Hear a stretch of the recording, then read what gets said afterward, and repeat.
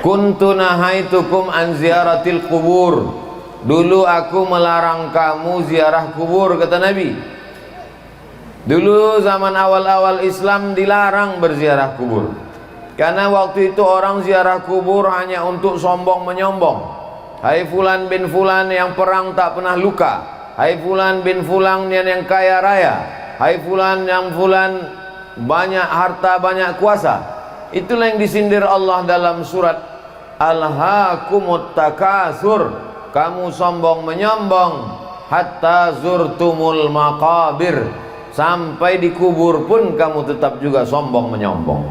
Tapi kemudian ketika ziarah kubur, turiqul qulub, melembutkan hati, tudmi'ul ain, kalau sudah hati lembut meneteskan air mata, tazkiratan lil maut, mengingatkan kepada mati, maka hadis yang melarang ziarah kubur itu hukumnya mansukh. Mansukh artinya terhapus. Maka kata Nabi, fazuruha, silahkanlah kamu berziarah kubur. Maka Nabi SAW menziarahi kubur ibunya Aminah, dan dia dibawa oleh Aminah menziarahi kuburnya ayahnya Abdullah. Dan Nabi beberapa hari menjelang sebelum meninggal dunia berziarah ke makam sahabat syuhada Uhud. Kalau kita ke Masjid Nabawi terus berjalan ke belakang sampailah di Uhud, Nabi berziarah ke Uhud beberapa hari menjelang menghadap Allah Subhanahu wa taala, seolah-olah dia mengucapkan selamat tinggal kepada orang-orang yang ada di Uhud. Jadi tentang masalah ziarah kubur tak ada ikhtilaf di antara ulama. Kita boleh berselisih pendapat kalau pada masalah itu ada ikhtilaf. Boleh kata Maliki, tak boleh kata Hambali. Boleh kata Syafi'i, tak boleh kata Hanafi. Adapun tentang ziarah kubur, maka hadis qauli, hadis fi'li. Hadis qauli, fazuruha, ziarah kuburlah kamu. Hadis fi'li, perbuatan Nabi Muhammad SAW. Maka tak ada yang bisa mengelak daripada berbuat perbuatan ziarah kubur, karena dua-dua dalil menunjukkan tentang disunnahkannya berziarah ke makam orang-orang beriman. Ini poin yang pertama. Poin yang kedua, Nabi SAW tidak menyebutkan waktu tertentu, tak menyebutkan batas tertentu. Maka ini pernah ditanyakan kepada ulama Al-Azhar namanya Syekh Atiyah Saqar. Beliau menjawabnya dalam kitab Fatawa Al-Azhar. Syekh, apa hukumnya berziarah pada waktu tertentu menjelang Ramadan, pagi Idul Fitri? Maka kata Syekh Atiyah Saqar, berziarah kubur itu hukumnya umum, maka berlakulah hukum umum. Jadi orang berziarah terserah dia, mau pagi, mau petang, mau siang, mau malam, mau menjelang Ramadan, mau di bulan Ramadan, mau menjelang Idul Fitri, mau di pagi Idul Fitri, maka silakan ziarah. Adapun hadis yang melarang, la'anallahu zuwaratil kubur, Allah melaknat perempuan yang berziarah kubur. Bunyi kalimatnya, Allah melaknat zuwaratil kubur, perempuan yang ziarah kubur. Maka sesungguhnya di situ ada kronologisnya. Ada seorang perempuan, anaknya meninggal, lalu dia ziarah pagi, ziarah petang, ziarah siang, ziarah malam untuk mempersedih-sedih diri. Ada seorang perempuan yang suaminya meninggal, diziarahinya tiap hari hanya untuk membuat dirinya semakin berduka, semakin bersedih, lalu kemudian niyahah meratap. Maka Nabi mengatakan, la'anallahu zuwaratil kubur, Allah melaknat mereka yang selalu ziarah kubur hanya untuk mempersedih-sedih diri. Adapun berziarah kubur untuk mengambil pelajaran, maka sesungguhnya kita amat sangat dianjurkan. Waktunya tidak terikat dengan apapun, maka bebas kapan saja. Hari baik, bulan mulia. Poin yang ketiga, adapun berziarah kubur menjelang Ramadan, maka sesungguhnya bulan mulia ini mesti disambut dengan kesucian hati.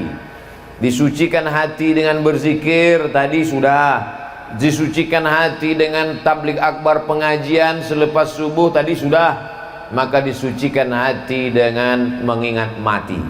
Wa kafa bil mauti wa'iza, cukuplah kematian itu sebagai nasihat.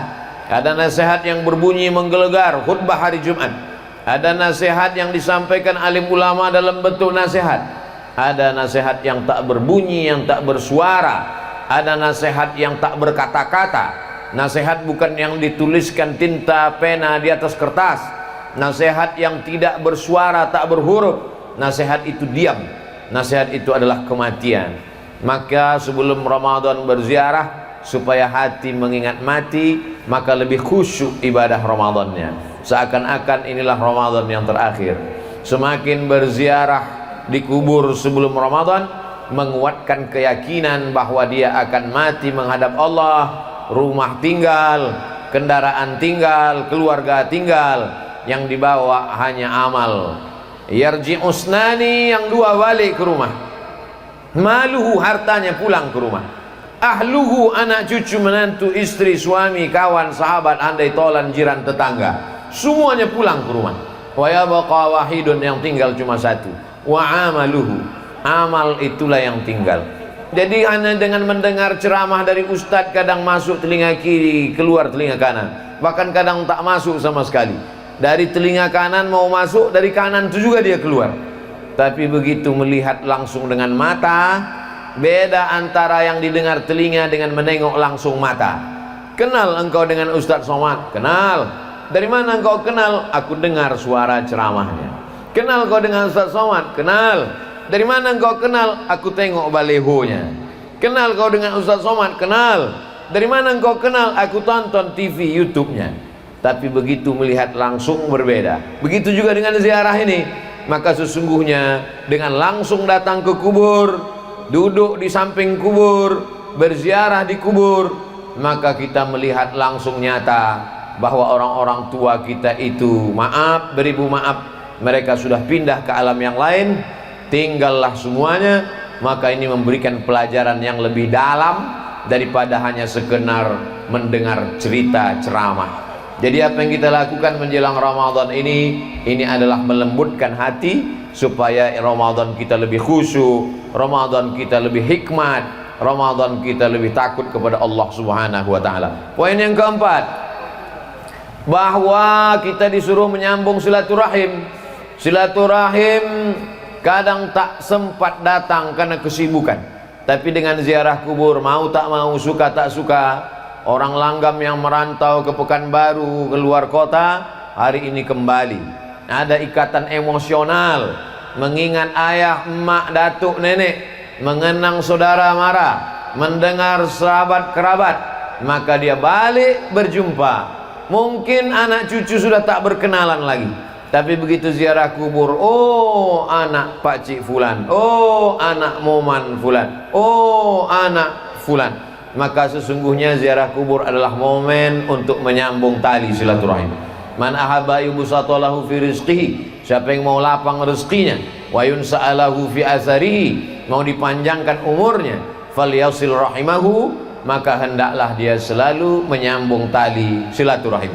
Menyambung tali silaturahim di masjid sudah, menyambung tali silaturahim di pengajian sudah. Hari ini menyambung tali silaturahim kepada anak cucu, sahabat kerabat, kenalan, orang sekampung yang selama ini tak jumpa. Bertahun-tahun satu kota, sama-sama tinggal di Pekanbaru, bisa tak jumpa. Tapi hari ini di Langgam bisa berjumpa. Kenapa? Karena ada yang dituju, orang yang dikenang, budi baiknya tak dapat dibalas. Maka hari ini bukan sekadar datuk-datuknya saja yang dulu bersilaturahim di Langgam dalam keadaan hidup, sekarang anak cucu cicitnya pula datang menyambung silaturahim. Jadi pahamilah bahwa substansi makna dari ziarah kubur ini menyambung silaturahim, merekatkan yang retak, menyambung yang patah, menjauh yang selama ini jauh, mendekatkan kembali dalam momen besar bernama ziarah kubur. Poin yang kelima, tetap menjaga adab-adab ziarah kubur. Ketika sampai di kubur mengucapkan salam, assalamualaikum ya ahlad diyar minal mu'minin wa inna insyaallahu bikum lahiqun yarhamullahul mustaqdimina wal mustakhirin nas'alullaha lana walakumul afiyah. Alangkah baiknya ditulis. Cuma saya khawatir anak cucu kita tak tahu doa salam ke kubur, Cantik kalau kita tambah tulisan Assalamualaikum ya ahlad diyar minal mu'minin wa inna insyaallah bikum lahiqun yarhamullahul mustaqdimina wal mustakhirin nas'alullah lana walakumul afiyah. Rupanya tak ditulis karena orang langgam sudah hafal semuanya. Ustaz Somad aja yang merasa tak hafal karena sesuatu yang dibuat anak cucu cicit melihat, mereka ambil gambar, mereka share ke kawan sahabat, menjadi amal jariah. Man sanna fil islami sunnatan hasanatan, siapa yang membuat tradisi yang baik, falahu ajruha, dia dapat pahalanya, wa ajru man amila biha, anak cucu cicit yang melakukannya mengalir pahalanya. Siapalah agaknya orang langgam yang punya ide dulu di awal-awal, dimulai pagi mandi bersih-bersih belimau di tepi sungai, selepas itu mengajak sahabat, kerabat, tetangga berziarah, dilanjutkan anaknya, dilanjutkan cucunya, meninggal dia, mengalir pahalanya karena tradisi yang baik-baik. Siapa pula lah agaknya yang mengajarkan anak cucu tradisi tak baik? Setiap hari lahirnya diundangnya keyboard tunggal, mabuk-mabuk sampai tengah malam, dilanjutkan anak cucunya, mengalir jugalah dosa jariahnya. Maka yang baik-baik mengalir menjadi kebaikan, yang tak baik pun akan mengalir juga. Maka sebelum kita melakukan sesuatu, pikir baik-baik, karena dia akan mengalir sesudah kita mati. Alhamdulillah, hari ini kita sedang melihat bagaimana datuk nenek, anak orang tua kita dulu membuat sesuatu yang baik, mengalir sampai hari ini. Poin yang keenam, li ayyajlisa ahadukum ala jamratin minan nar, kamu duduk di atas batu dari api neraka, fatuhriqu thiyabahu, duduk di atas batu dari api neraka, apinya membakar baju sampai tembus ke daging, ke tulang, khairun, lebih baik, min an yajlisa ala qabrin, daripada melangkahi kubur. Duduk memijak, maka tetap kita jaga, kita tetap berada di tepi, samping kiri, samping kanan, bagian kepala, bagian kaki. Kalau nampak anak-anak kita ada menginjak, kita ajarkan. Lebih baik duduk di atas batu dari api neraka, terbakar kulit sampai tulang belulang, lebih baik daripada duduk di atas kubur. Maka kita jaga adab-adab ini. Alhamdulillah kubur kita tidak terlalu rapat padat seperti di Pekanbaru. Saya lihat beberapa kubur sampai tak ada tempat berjalan lagi. Maka kita harap tetap ada jalan di tengah, tetap ada jarak, supaya kita tidak jatuh dalam perbuatan yang dilarang oleh Rasulullah sallallahu alaihi wasallam.